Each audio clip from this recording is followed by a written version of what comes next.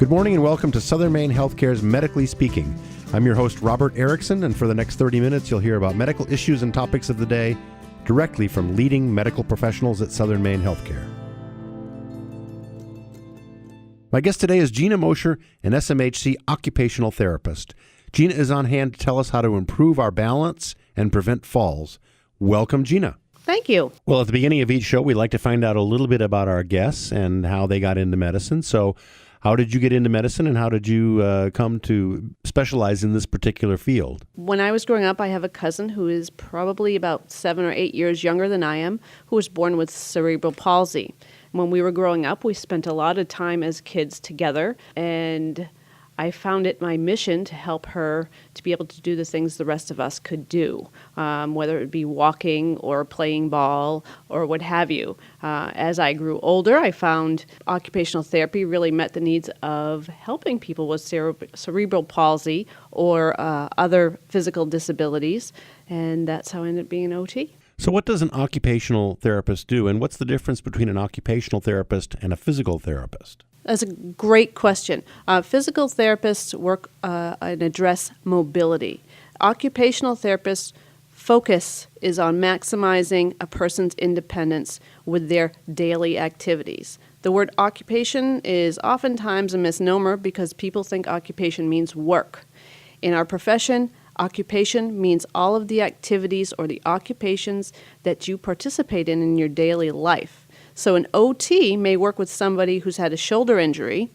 We not only address their pain and increasing their strength and range of motion, but we'd also help them to do a very functional activity like driving a car and maneuvering a steering wheel safely. That sounds easy to do until you're injured. And then maneuvering a steering wheel becomes very ominous and can even be unsafe. So that's just an example. So how do you do all these things in a closed environment? Obviously, you're meeting with the patients in a room. How do you replicate the environment where they're having difficulty? Within the clinic, we try to replicate the movement patterns of those activities that people do in their daily lives. So we have equipment to address that. We have weights. We use TheraBand. It's a range of motion wheel that's on a wall. We might even bring them out to their car and have them actually sit behind the wheel in their car and do therapy in their actual environment. Well, we're here today to talk about improving balance and preventing falls. And almost everyone knows that they have older relatives, and as people grow old, balance becomes a problem. Why is that? As individuals get older, they tend to get less active, and there are oftentimes other contributing factors like medical conditions. Is this due to strength? Is it something that happens to everybody as they get older?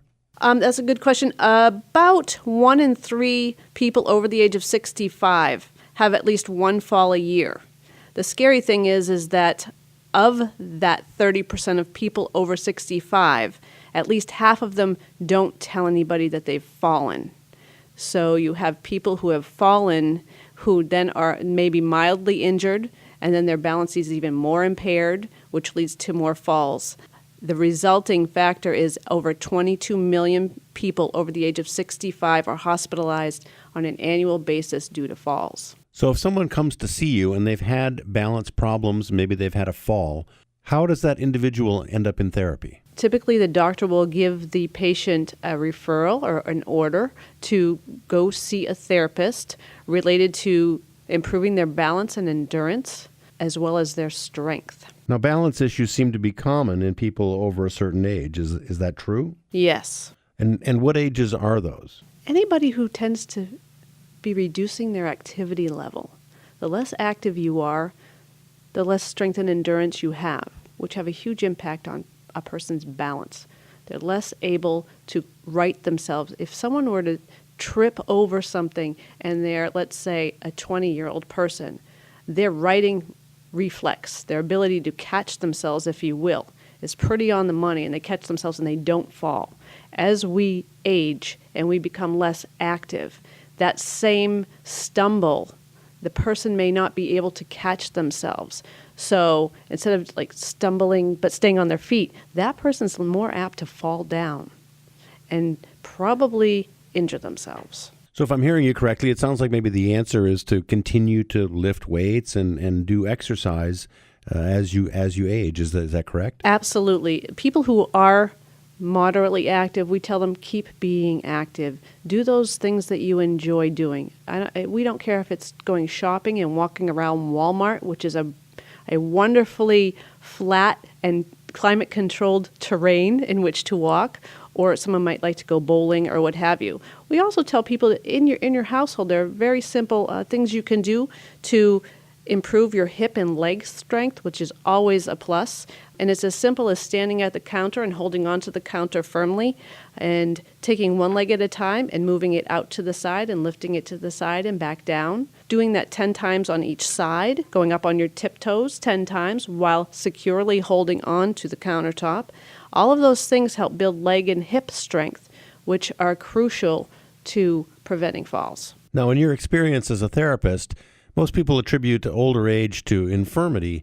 Have you seen older people who have impressed you with how strong they've stayed over the years? Absolutely. As a matter of fact, one lady who is a seamstress around the corner from me is probably in her 70s, and I see her walking nearly every day. She volunteers to teach sewing classes. She goes to all of her grandchildren's activities. So she's very, very active. And the less sedentary you are, the more you keep your muscle strength and your balance and your endurance. Now, let's say you're an older person and you're in your house, you're getting older. Why don't you take us room to room, because everyone, becomes attached to their houses. What kind of issues arise as people get older? Can some of their everyday household items become hazards? They can absolutely not only cause hazards, but we tend to not see them because we've lived in them for many years, most likely, and we don't even see what's a hazard and what's not. One of the important things in therapy, whether the person receives occupational therapy or physical therapy, we're going to give that patient education about what to go and look at in their house. It's called a safety checklist. And the purpose of it being is to look at your household with new eyes. What are those things that I didn't notice before that, oh my gosh, why didn't I see that? I need to move the such and such. So take us room by room. What are some of the hazards in the average rooms of a house that can be a problem? Sure. Let's start with the kitchen, because we spend a lot of time in the kitchen, and those people who enjoy cooking know that when you cook, there are oftentimes splashes of water on the floor, or for those people who use nonstick sprays, if that nonstick spray comes in contact with the floor becomes a very, very slippery surface. So there are two things that we typically educate people to do. Number one is if you're using nonstick spray it over the sink so that it doesn't fall on the floor, but also to put out non-skid mats that are beveled on the edges so they're not trip hazards, but that will absorb the water and pretty much eliminate the risk of any slippery spots.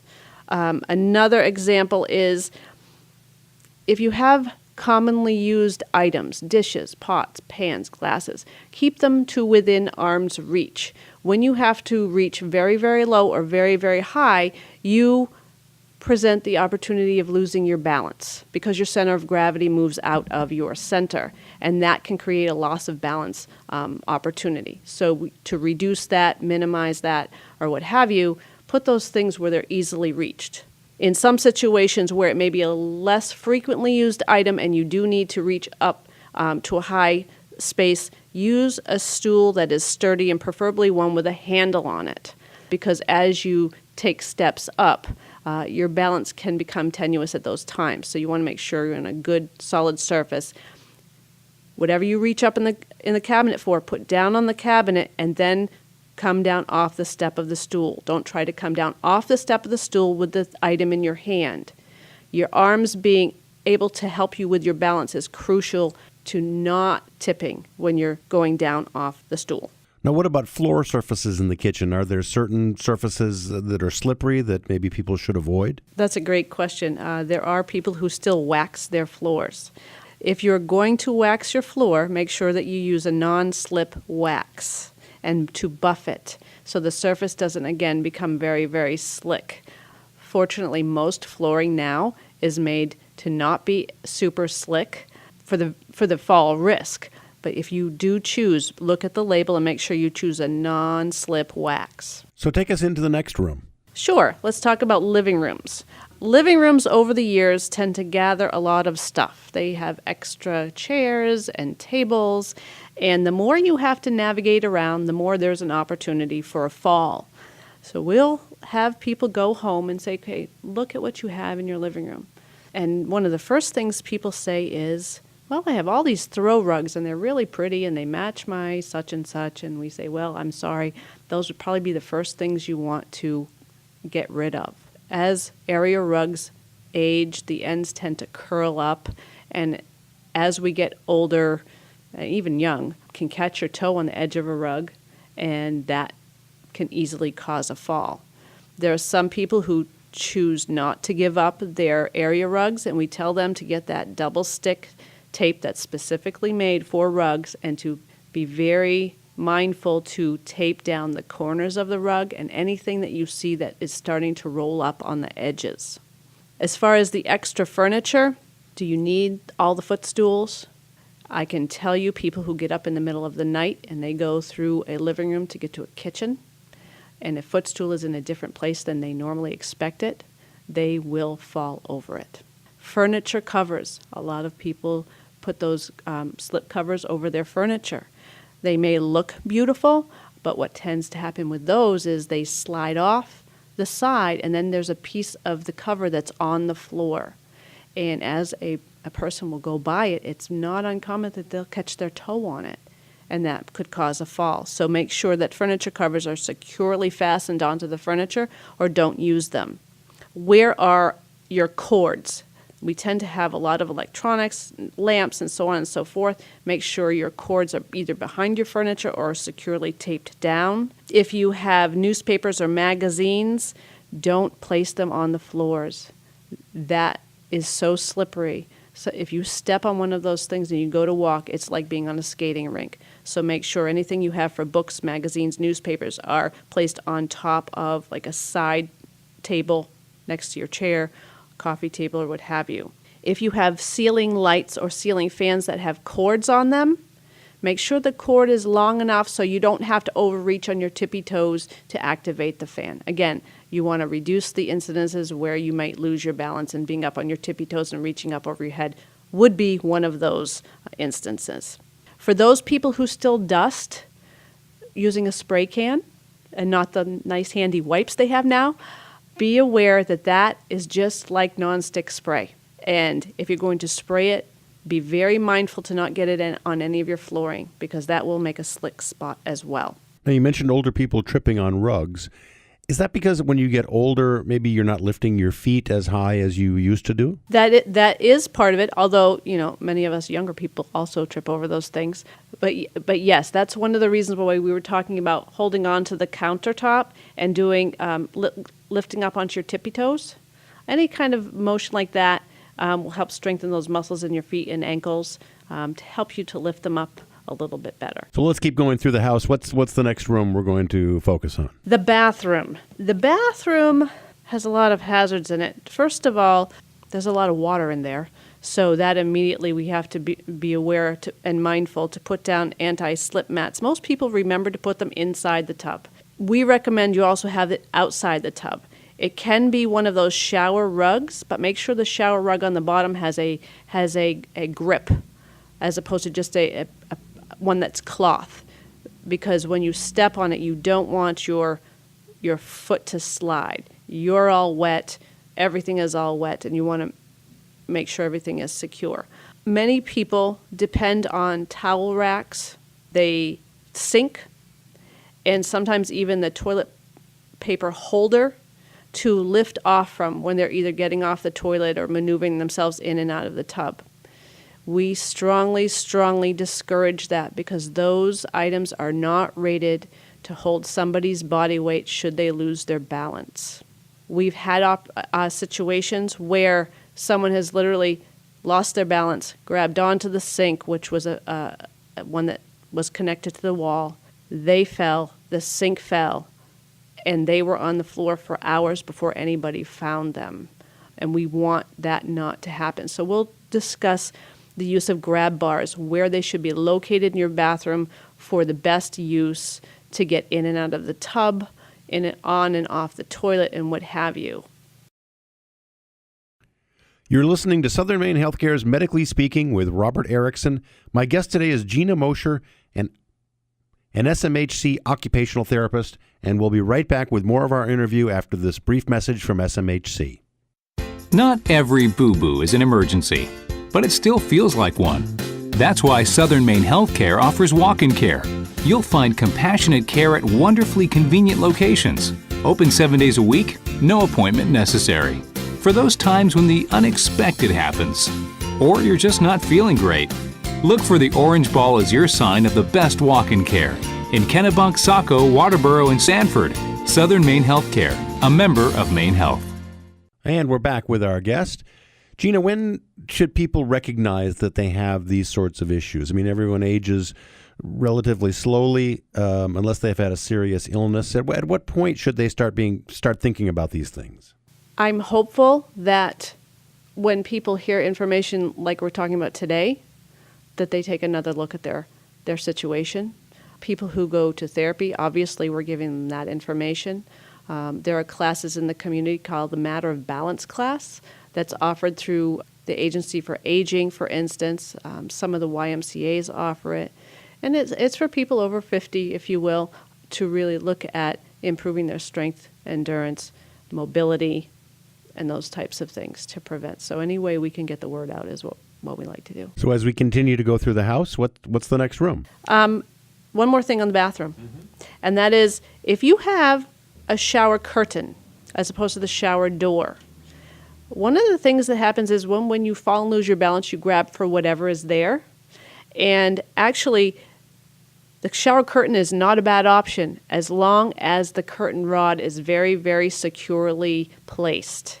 Because if someone grabs for the curtain, they can lower themselves down to the floor safely as opposed to crashing down. So make sure if you have a shower curtain that the curtain rod itself is very securely placed.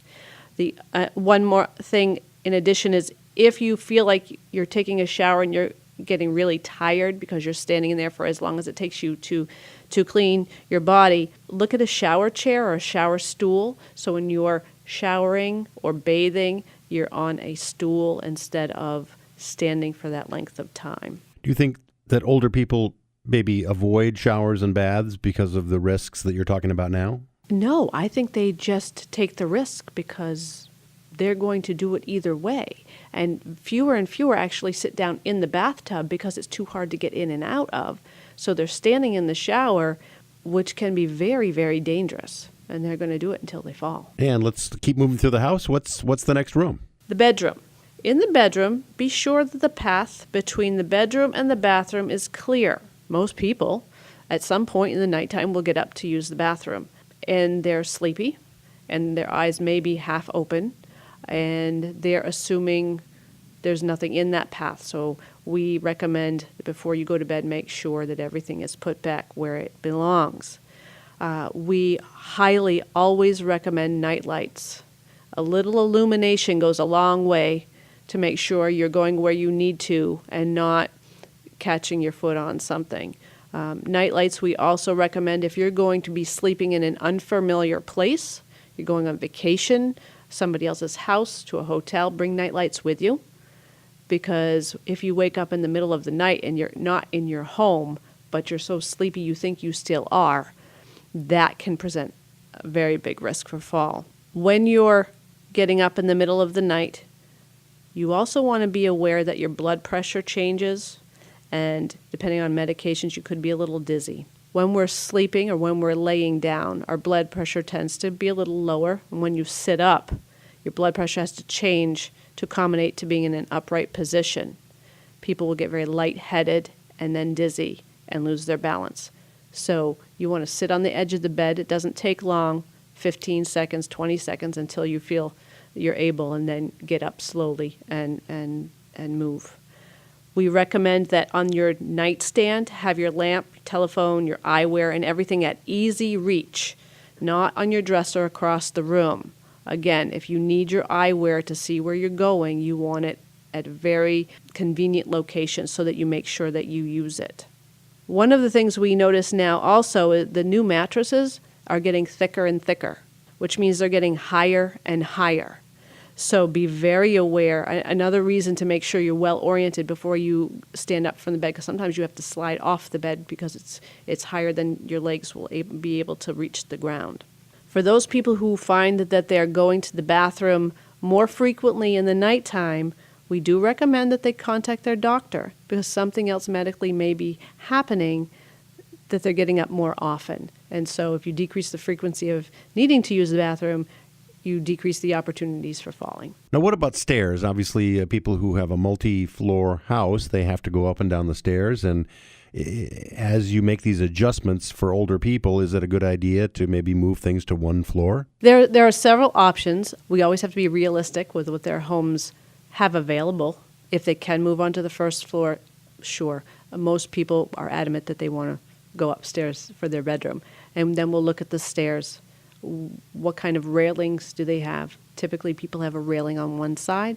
Depending on the person's ability, we might recommend they get a railing on the other side, so they have two. Sometimes we recommend the chair lift. In therapy, they will work on stairs. They will use stairs and work on going up and down stairs and the musculature necessary to complete the task. We'll ask them specifically, how many steps do you have to get up and down? And we'll also practice going down the stairs or going up the stairs, not climbing them, but sitting on them, going up one step at a time, if necessary. It's rare, but again, you want people to be safe, so you want to teach them all of their options. Are there any other areas of the house that we haven't touched on yet? Well, we have the outside and the yard that we want to address. People tend to think of only their homes on the inside and not what's outside. You want to make sure that the stairs and the walkway are in good repair and good condition. After the winter time, many people have chips or chunks taken out of their walkways for one reason or another. So you want to make sure that those get filled in. Again, as much as you can prevent anybody's toe from getting caught or a foot to move in the wrong way, we want to do that. We want walkways kept clear of weeds and hoses and toys. People have their grandchildren over and the trucks are out there, and we want to make sure that they work with their families, that everything is cleared before their family leaves. Railings on both sides of the steps. Again, when we live in our houses for years and years, we take the railing for granted, and many railings have been creaky for a long time, and it's just the way it's been. Well, now's the time to really relook at that, to secure that railing and possibly put a second one on the other side. Illuminating the outside is very, very important. Typically, the light is right next to the door, which is great when you're putting the key in the lock. But if you have to go down several steps and down the walkway, there are shadows created there, and they can't see that. So we recommend either like those solar lights along the pathway or put in another lamp so the exit of the house all the way to the car or to the mailbox or what have you is well illuminated. Sensor lights are great.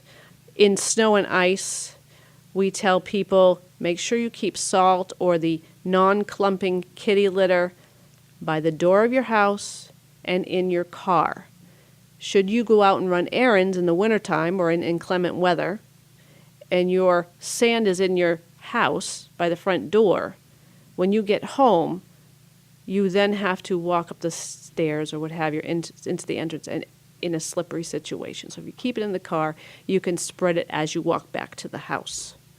We recommend for some people who insist on walking even in the wintertime, get those crampons or those that you slip on the bottom of your boots or bottom of the shoes. You can use walking sticks. Some people still like to walk on trails. At the beach even, use walking sticks. They're all the fad now. You can get them everywhere. So what other sorts of helpful hints do you have for folks to prevent falls? One of the very, very important considerations that we talk to all patients about is their vision. Many people over the age of 50 now have some sort of corrective eyewear. And as we age, our vision fluctuates and changes. And we want to make sure that whatever the eyewear is appropriate so that the person can see clearly. If you have ever put on those funny glasses and tried to navigate across a room, it's it becomes very challenging. Well, sometimes over time, what happens is when you're used to, again, wearing the same glasses every day, you don't realize that your vision's actually been distorted. So a regular visit to your eye doctor is very important. Your medications. Discuss with your doctor the side effects of your medications. Some medications will cause dizziness, tiredness, lightheadedness, particularly things like blood pressure medications. So know what those signs and symptoms are, so you're aware and you can accommodate. Look at your footwear. You might have a favorite pair of shoes, but if they're wearing out and the soles are very slick, it's time to get a new pair. Don't walk around in socks. Again, you make everything a little more slippery. Try to avoid open-backed slippers. Again, it might seem like they're easy to stay on your feet, but it's really not. So the more you can have a secure footwear, the better. Everybody loves their pets, and pets are wonderful. But pets are a huge tripping hazard because pets get all excited to see their owner, and sometimes they run not only around your legs, but between your legs while you're trying to walk. We have had people fall and fracture their hip because they tripped over their pet. So either train them or just be aware when you go to bed, maybe they get crated or what have you to reduce that injury or opportunity for injury. Have your phone on you at all times. If you're going downstairs to do the laundry, throw your cordless phone, wireless phone, cell phone in your pocket. Again, we've had people who have fallen in the basement and have had no way to communicate that they've been injured. So be prepared. So what sorts of injuries do you see most commonly for people who have fallen? Injuries can range. Someone might get a bump and a bruise. Someone might get a skin laceration. Most commonly, people will hear about the hip fractures or the shoulder fractures or the clavicle fractures. But there are also head injuries involved, and people will get a head injury and a concussion caused by the fall. Now, for our listening audience, if someone's interested in finding out more about occupational therapy in general, or maybe getting in touch with you, are there sites out there that you recommend people go to, and how can they reach you? A few things that are available in most communities are an alert system. Within our organization, we have the Good Alert system and a similar system through the home health visiting nurses that allows a person to carry with them the button that if they fall, they press the button and it contacts people to provide assistance for them. Most local agencies on aging will have the Matter of Balance class, which is a class specifically customized for basically retired people to work on activities and to learn many of the things we talked about today to prevent injuries and to stay active. Ultimately, we want people to stay active and stay happy in the lives that they live. The CDC, or the Center for Disease Control and Prevention, actually has a tab on that website called Preventing Falls. The National Council on Aging has a website, and the National Falls Prevention Resource Center are all great resources for preventive measures. If someone feels that they really want a customized exercise program, want some more individual attention for their own situation, they can, for a therapy referral or a therapy order, they can contact their family practitioner and have the conversation with them. And if they both agree that that's needed, they'll send a request in for therapy, and then they'll come in for therapy. Well, we've run out of time for this week. My guest today has been Gina Mosher, an SMHC occupational therapist.